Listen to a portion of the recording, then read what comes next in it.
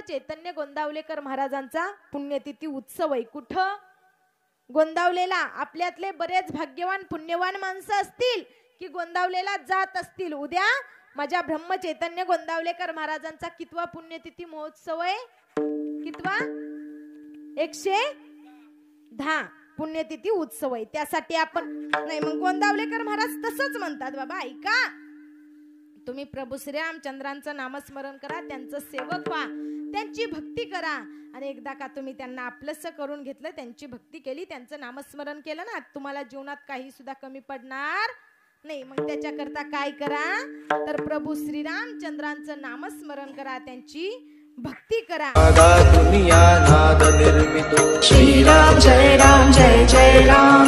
नादा दुनिया नाद निर्मितो श्रीराम जय राम जय जय राम।